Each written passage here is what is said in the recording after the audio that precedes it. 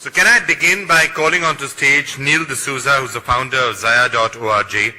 It's an educational, not-profit startup that's really done a lot of work at the bottom of the pyramid. Neil, over to you. Thanks.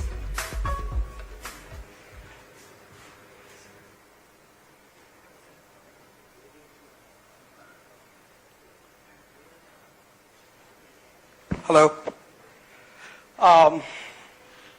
Welcome, everyone. I think we heard two really great talks about how the internet is penetrating into the last mile and the government is taking initiatives to do it. What I want to tell you is my story about my discovery of how online education and the power and the potential it has to truly transform and change education at the last mile. So we all know today there's amazing content coming online. You've heard of Khan Academy, there's CK12. Every day teachers are putting up lessons on YouTube. That's one side of it. The second part is the amount of devices and how cheap they're becoming. We have Google with Nexus, we have the iPads, and we have a very own Akash tablet, which took me 2 years to finally get hold of, but they're pretty good. So while all of this is exciting time for education, my question and challenge was, how is this affecting the people at the base of the pyramid? The ones that truly need it right now. Because if we wait for 5 to 10 years for infrastructure to get set up, what's going to happen is you're creating a bigger divide. The ones that have access right now are going to flourish. The ones who don't are going to keep falling behind. And we have 220 million kids in school. So 5 years means close to 20 million kids without access to something like this. So the question I asked myself 2 years ago when I was in Silicon Valley was, how can we create the 21st century learning environment anywhere in the world? You see up here a typical public school right in the middle of Bombay. And this is an epitome of everything that can go wrong in terms of infrastructure to bring online education in there. So the challenge was, how do we transform this? And as we started experimenting with different ways of bringing internet into the school, what I realized is, to get online education right, we need to get the experience correct. Now, education is an experiential activity, but somehow when we think about online education, we tend to forget it. We think about just delivering as a service. We think of delivering content. But really what matters, and what Google has shown us over the last 15 years, is that if you get the experience right, you get your users, and you get people to spend more time on it. So what does experience really mean? Experience for us meant access. Access is unrestricted bandwidth in a classroom. Now, how are we going to do this when there is no internet connectivity? The second thing was pedagogy. We cannot take online learning as it is and put it in our traditional Victorian education system and hope to transform education. That is the biggest fault we've done in the last 10 years of trying to show videos on a smart class solution, because you know what, children don't interact with it. It's just a teacher aiding tool. So how do we design different pedagogy models to allow and to enable children to learn in an online environment? And the last and the most important piece was data. We don't have data. At the last mile, there has been no data about how children are learning, what they're consuming, what content they like. And without that, you cannot improve the first two. You cannot improve access, you cannot improve the pedagogy models. So it was important to get all of these three bits right to truly get an online environment. So the first problem, well, there's no internet in most of these places. So we can't take these classrooms into the cloud. So what we developed at Zaya was, let's bring the cloud into the classroom. So we developed these really ultra-mobile, lightweight, battery-operated micro Wi-Fi servers. Now what does this do? So basically you can take this box, it's like a Wi-Fi device, it's cloud-enabled, so you can put a SIM card in there, and it's always connected through a limited data connectivity to the mobile network. Now on this box, you have a learning platform, which draws all the content from all over the world relevant to that community or that classroom, and gives the user a very good experience in interacting with that content. You can now access this content over any device that has a browser. So if you have desktop computers, which have been lying there for the last 10 years, we can get them online and start learning. Now the cool thing about this is, it runs on a battery pack. So if you know, and if you've ever been to a school in rural India where there is no electricity, every 10 minutes there's a power outage and the learning experience for the child just goes down. So we figured if we need to really get online education right through this box that we have developed, we need to take into account each and every aspect of things. So like Sam today mentioned early in the morning, that when we do have this broadband infrastructure, these micro clouds that we have developed actually fit amazingly well into the ecosystem. Because what it does is it gives unrestricted bandwidth to all these children who are learning through any device in the classroom. Google has done this very well with distributed cache. And if you've ever wondered why YouTube, your experience while browsing YouTube is so good, it's because they take the content that is used most and put it closer to the user. So why don't we do that for education? Why can't we create these intelligent caches closer to them? So this is how we plan that our box is going to fit into the larger ecosystem, even if every classroom gets connected. Now, the second bit of it. Well, there's power outage every 5 minutes. We did a pilot somewhere 2 hours from here in UP. We had a micro cloud, and every time the children sat on the computer, there would be a power outage. And the teacher went out running, turned the generator on, and then you have this huge noise. And just imagine, how can a child focus on education when he has all these things distracting them? So we figured if we need to get this experience right, we need to package everything together.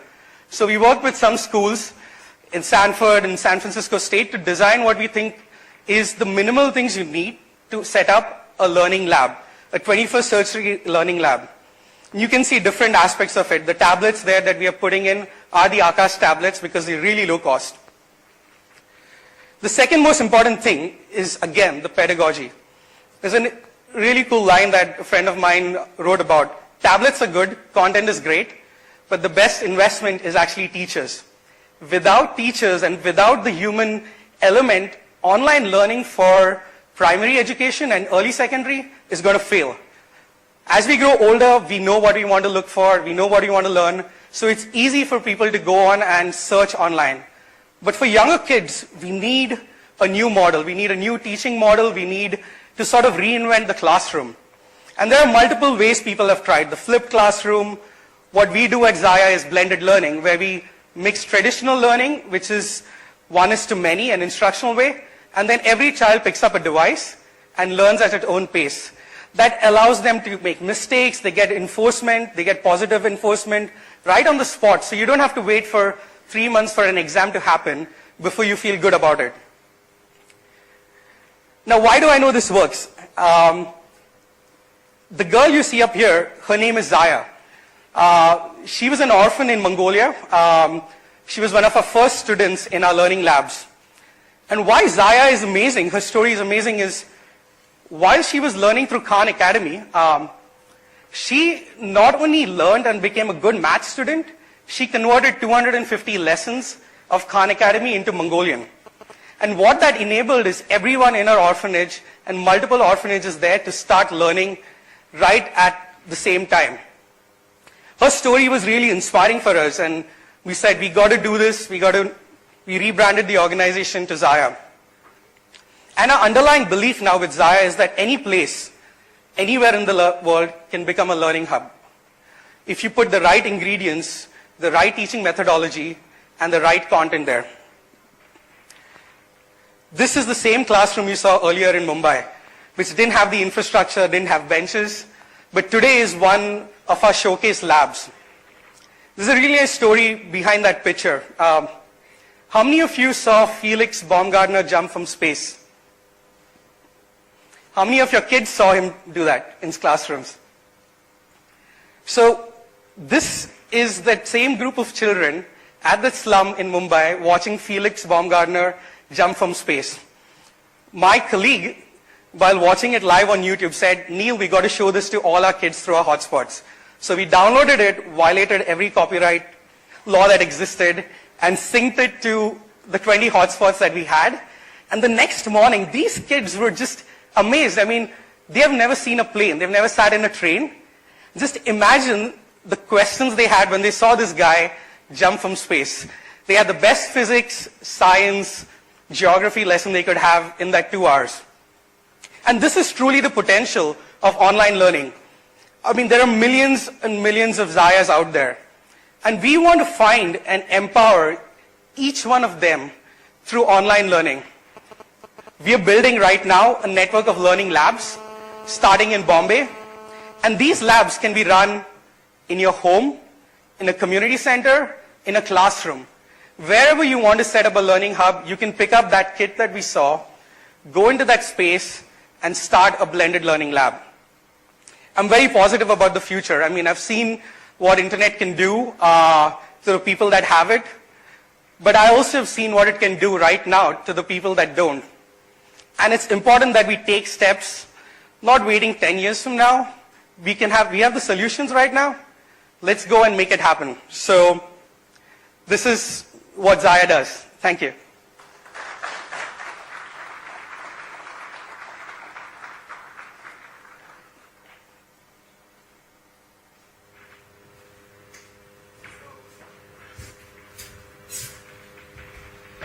So it's really interesting and fascinating what you've been doing. But if I could just ask you a question, which I'm sure a lot of people are asking.